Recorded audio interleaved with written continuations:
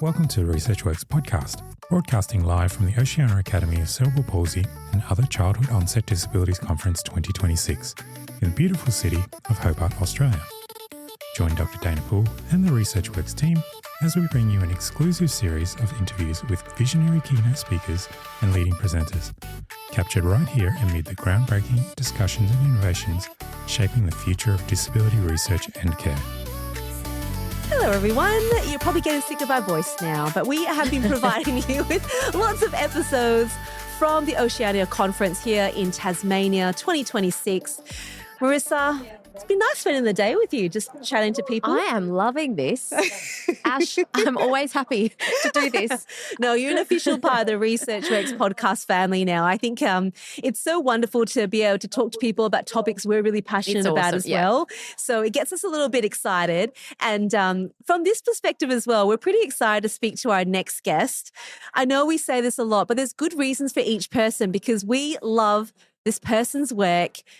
We use your article as a bit of an exemplar of how to carry out single case experimental designs. We have followed it. I can't wait to show you what we've done, Iain, and we hope we've made you proud. But Iain Dutia, thank you so much for joining us on the pod. Oh, it's great to be here. Thanks very much for having me. It's lovely to see you in person because last time we spoke was obviously online. That's right. Yeah, no, it's good to see you guys. Thanks for having me. Good to be here. And when we saw the title of this paper, we got pretty excited about it because it is so important. It's so topical. It's titled Understanding Cognitive Fatigue in People with Cerebral Palsy. What brought you to this topic and to this subject? That's a good question, yeah. Because it's a tough topic. It's a difficult topic. It's a complicated topic, but I think it's an important one. Topic, yeah. So this started through CP Achieve, which was an NHMRC Center for Research Excellence. I was a postdoc on that CRE. And a part of that job was to try and address physical and mental health needs for adolescents, young adults with CP. Right.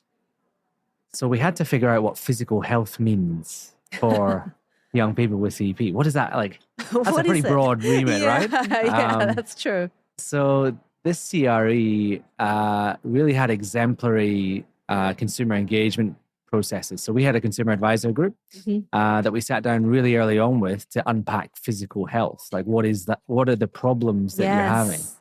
And fatigue was the first biggest issue that came out. And so we followed our nose. That was probably 2020. We started that work, and I've been following my nose since then through the CRE and continuing from then. So but fatigue, and not just, then we broke down fatigue to a little bit more. I was going to say, that has more to it. Yeah, and we'll get to that, I'm sure. But that's how it started, was actually from people with CP telling us, this is an issue, then we're not, we don't know what to do. We can't manage it. And is there much out there on this? You know what? In fatigue generally, there is a lot of research in other contexts, right? So, even in pediatric acquired brain injury or multiple sclerosis, even long COVID, right? There's a huge amount of cognitive fatigue research out there. Yes. But when you apply it to people with CP, there's almost nothing. So, Yet it was said to be one of the top priorities amongst the people you spoke with. Well, fatigue was generally, The thing that we then started to look at, then we did a systematic review to look at, how are we measuring fatigue? So measuring fatigue is difficult, and we don't do it very well, essentially. But particularly because it's such a multidimensional problem, it's not just a physical issue, right? It's beyond just, I walked far and my legs are tired. What people are actually describing is more of the emotional and cognitive domain. So I feel weary or foggy or mentally drained, which is actually more the cognitive fatigue domains, but they're poorly measured, and we don't really have a handle on that. We actually know quite a lot about the physical side of things. So muscle fatigability, neuromuscular performance. We have a bit of evidence there, but that doesn't really match up with the qualitative experience, if that makes sense. Yes.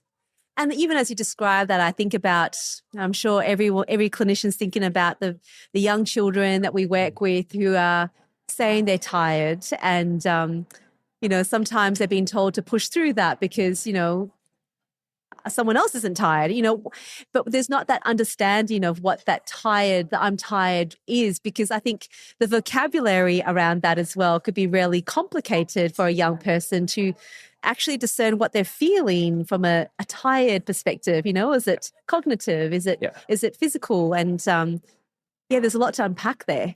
There is. And that was part of this study, was to look at, cognitive fatigue, use a measure that's recently been validated in young people with CP, but also look at the associations between that measure and physical domain, the physical domain, as well as pain and depressive symptoms as well, because they seems to all cluster together.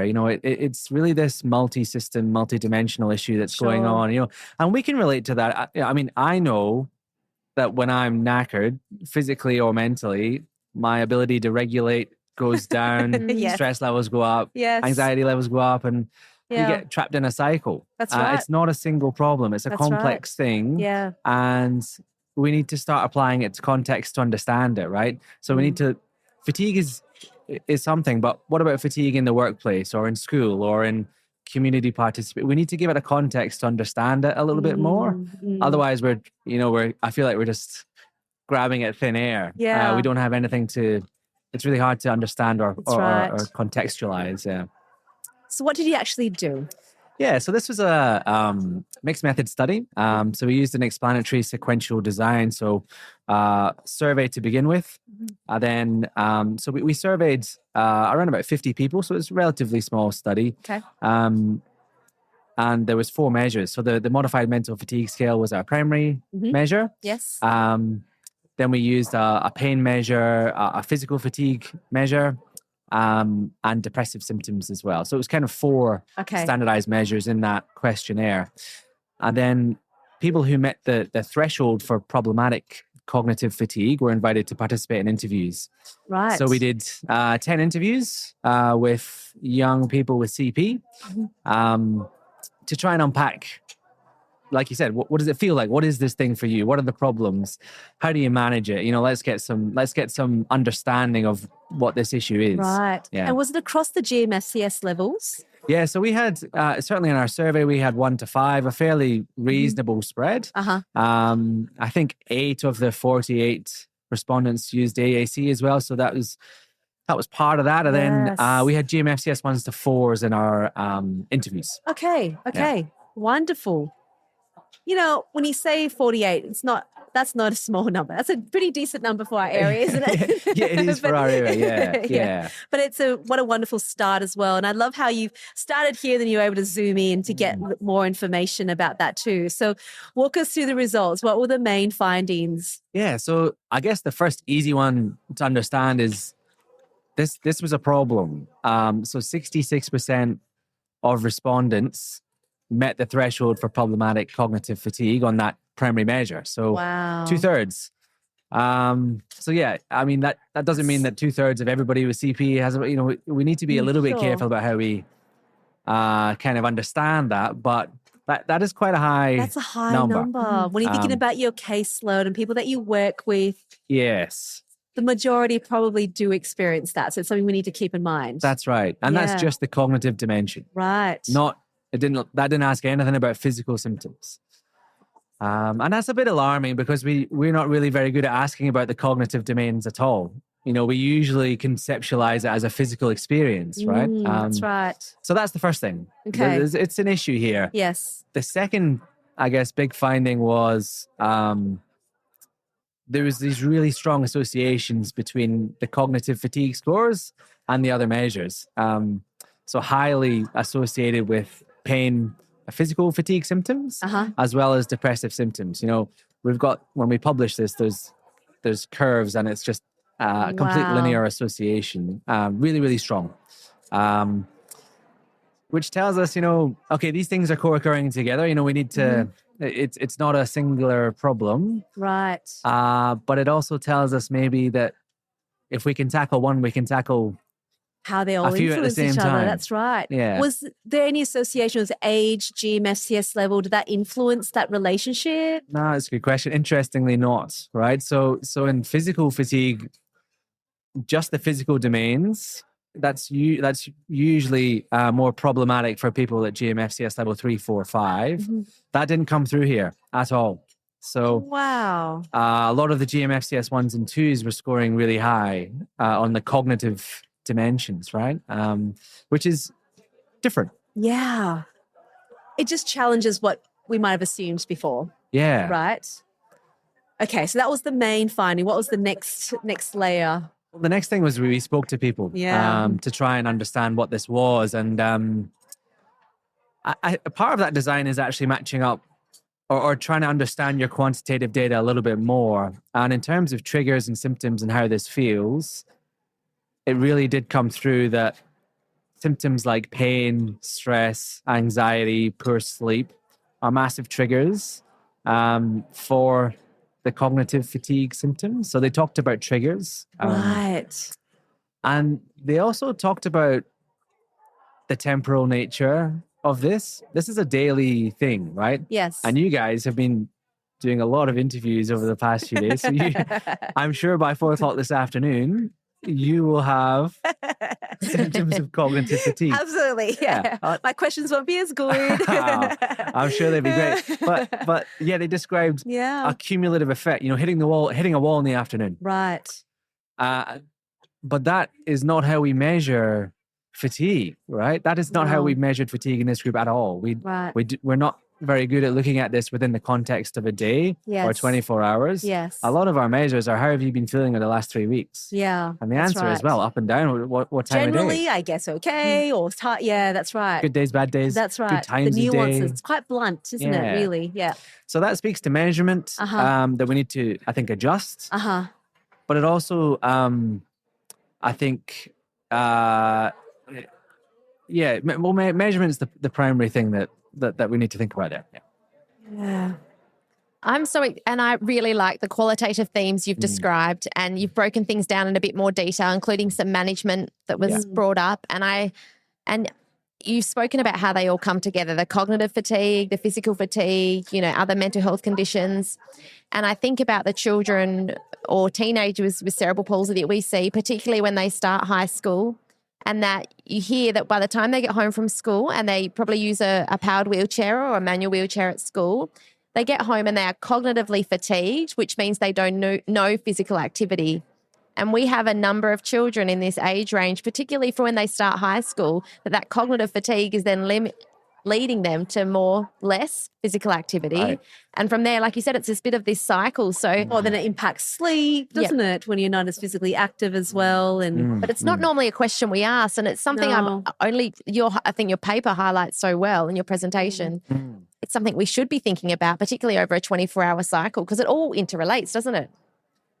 How could we ask these questions if we're working with these young people? I'd encourage you to look at the modified mental fatigue scale. It's short. It's validated in this population. Yes. You could use it as a screening tool. Right. There's a threshold. Yes. It won't take long. I think something quite easy to get access to.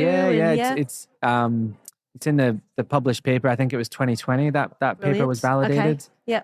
I can send the link around if you need. That'd be great. Yeah, we'll share it with everyone. Yes. Yeah, it's literally within that paper. There's the items and how to score it. So easy to use, accessible. Yes. And I think it's enough of a problem to do it. I know, like you guys, I was going to ask you guys what your experience of this was in your practice. Yeah. But from what we're finding is it seems to be a big issue and worth measuring. But it is. What are you finding? Like, is this a thing? Yeah, definitely. And I think we've been really intentional, I suppose, within our practice. So, we will provide, say, our service times, right? We will provide services from 8 to 4 o'clock. And a lot of the times people will then ask us, do you do things after school? And we've actually been really intentional to not do anything after school. We might have groups because we want to be, after school groups and more social get-togethers. But when it comes to actually working on skill acquisition, we could look at 2 different shifts to increase the number of people that we could see. But we just know that when it hits that time, when they finish school, that's not the time for skill acquisition. Yeah. And so we have actually been really intentional about doing things like that. And for example, we don't open on a Saturday or a Sunday either, just to ensure there's those rest periods. So from a planning logistics perspective, we've put that in place knowing that. We definitely know that, the Hannah curves, the GMSCS at that 7 to 9, that when that happens, we're actually really intentional to go what we might need to look at during that time. Whether it's maybe more physical conditioning because they're growing and they're not able to move as well. It takes more effort. So we might plan therapy around that from a physical functioning perspective. And really interestingly, one of the papers that I presented today was the GMFM measure after a 4-week intervention actually goes down just ever so slightly in the 9-year-old. Someone came to me and was like, is that fatigue? I'm like, absolutely, it was fatigue because between the blocks, he then improves again. But overall, across the year, there's an overall significant improvement. But it just shows that there is a threshold that, yes, there's motor learning. You want to get the right dosage, but that has to be tailored in with when they can learn their best. So you're not impacting on their ability to participate at school as well. So yeah, we're seeing it a lot, which is why when we saw this paper, we were like, oh, this is absolutely wonderful. And your management strategies in particular, mindfulness. Sarah McIntyre the other day was here and she's like, oh, we've got a mindfulness program. Like, let people know about that. And, it's something that we do need to teach our young people. We've started doing that for some of them who are getting really frustrated with their own fatigue, but they don't know how to describe it. And it comes out in outbursts at that age, right? So that's what we have seen. It certainly matches everything that you've talked about here. Well, it's reassuring to hear that we're on the right track. And and I've been talking to a lot of people here about, and parents as well, like just seeing if, it's worth checking in to see at this stage, are we on the right lines? And talking a lot about school actually, and coming home and kids not being so good at feeding themselves in the evening or whatever, or actually, manifesting physically, even though they've actually been sitting all day, using their brains, which it kind of matches up with that, with what we're finding. It's not physical exertion, it's cognitive exertion. It's the cognitive load. And then the go-to at that time of cognitive fatigue, which I'm not saying there's anything wrong with this, is obviously screen time and iPads and things like that, which is fine, obviously, in some dosages, and it's if that's your downtime. But having some other strategies that are going to actually make you feel a bit better are so important. And I think part of that is physical activity. But it's when the cognitive fatigue overtakes that, and then by the end of the day, there's no room left for that physical activity, and this cycle continues. But I think as physios or as healthcare professionals, we can intervene in this. And like Dana was mentioning, I think we can look at cognitive fatigue, continue to look at that more. And I love what you've brought up in this. We should implement that measure in, yeah, because I think we look at physical fatigue, looking at FMS, and we often talk to families in terms of how we should look at, we recommend, talking wheelchair with them. long distances. Just to manage some of that fatigue. But I think looking at cognitive fatigue, because like you said, it's going to impact physical fatigue. I mean, it sounds like you're implementing management strategies subtly already. Like you're kind of doing that by not scheduling things late, by giving that kind of advice. We just need a little bit, I think, structure to help. We do, yeah.